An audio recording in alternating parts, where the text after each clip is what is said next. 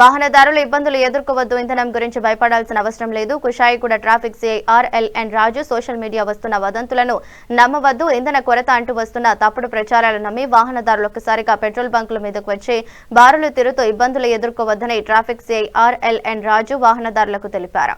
అయితే దీని పట్ల స్పందిస్తూ పెట్రోల్ బంకుల వద్ద నుండి రోడ్లపై వరకు బారులు తిరుగుతున్నారని అన్నారు.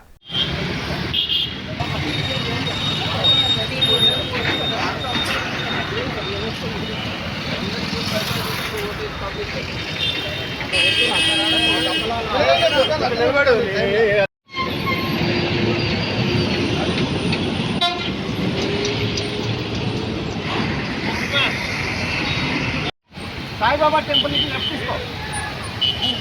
లేదండి ఈశ్వర్ తెలుసా మీకు? ఈశ్వర్ తెలిసి ఉంది కదండి. చౌరస్తా లెఫ్ట్ తీసుకోండి.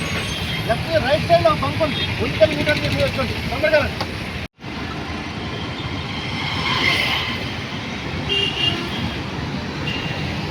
యాక్చువల్గా ఈ పెట్రోల్ బంకులు కానీ డీజిల్ బంకుల్లో కానీ డీజిల్ లేదన్న ఉద్దేశంతో పబ్లిక్ అంతా ప్యానిక్ అయ్యి ఒక్కసారిగా ఈ బంకుల మీదకి మార్నింగ్ నుంచి రావడం జరుగుతుంది.